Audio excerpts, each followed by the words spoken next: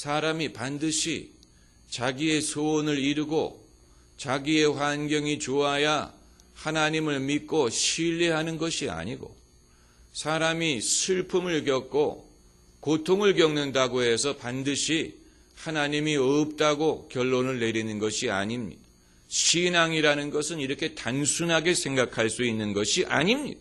그렇다면 팔자 좋은 사람들은 왜 교회에 안 나가고 왜 하나님 없이도 살 수 있다고 생각을 합니까? 그 사람들이야말로 하나님의 은총을 많이 받았을 텐데 왜 하나님께 감사하지 않고 왜 하나님께 영광을 돌리려고 하지 않습니까?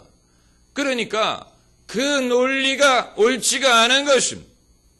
원래부터 예수님도 말씀하셨지만 가난한 자들에게 복음이 전파된다고 말씀하셨고, 가난한 자는 복이 있나니 하나님 나라가 저희 것이라고 말씀하셨어요.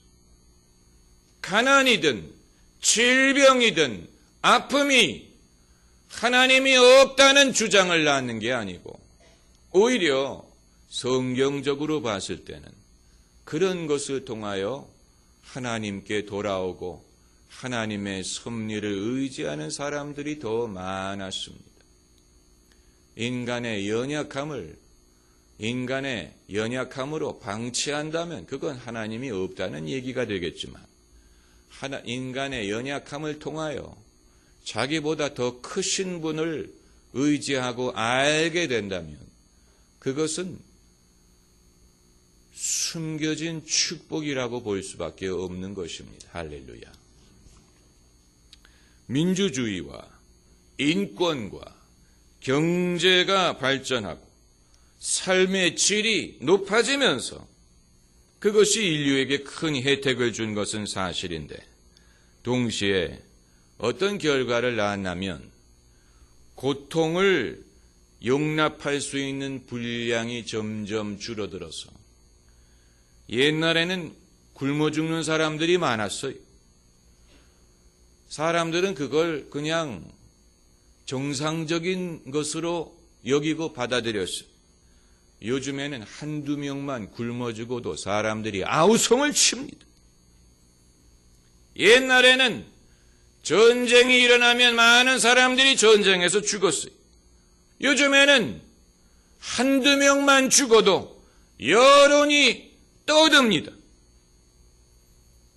오죽하면 무인 항공기, 무인 정찰기, 무인 로봇, 무기를 가지고 사람을 대신해서 전쟁을 수행하는 방법을 연구하겠습니까? 왜냐하면 이제는 인명피해라는 것이 큰 정치적인 부담으로 작용을 하는 시대가 됐기 때문입니다. 여론이 조금만 어떤 불편함, 조그만한 희생이 있어도 여론이 그걸 가만히 참지를 못하고 들끓어요.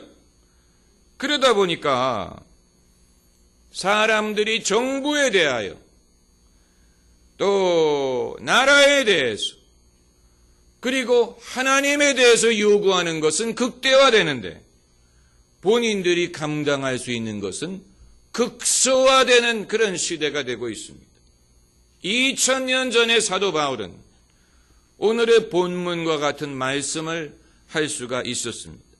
5절 말씀에 그러나 저희의 다수를 하나님이 기뻐하지 아니하신 거로 저희가 광야에서 멸망을 받았느니라. 8절에 저희 중에 어떤 이들이 간음하다가 하루에 23,000명이 죽었나니 우리는 저희와 같이 간음하지 말자. 또 9절에 저희 중에 어떤 이들이 주를 시험하다가 뱀에게 멸망하였나니 우리는 저희와 같이 시험하지 말자. 10절에 저희 중에 어떤 이들이 원망하다가 멸망시키는 자에게 멸망하였나니 너희는 저희와 같이 원망하지 말라. 그리고 11절에 저희에게 당한 이런 일이 거울이 되고 또 말세를 당한 우리의 경계로 기록하였느니라. 이 주장을 펴는 사람이 다름이 아닌 사도 바울이에요. 은혜로 말미암아 구원을 받는 하나님의 은혜를 우리에게 보여준 사도 바울도 이런 말을 할 때가 있었습니다.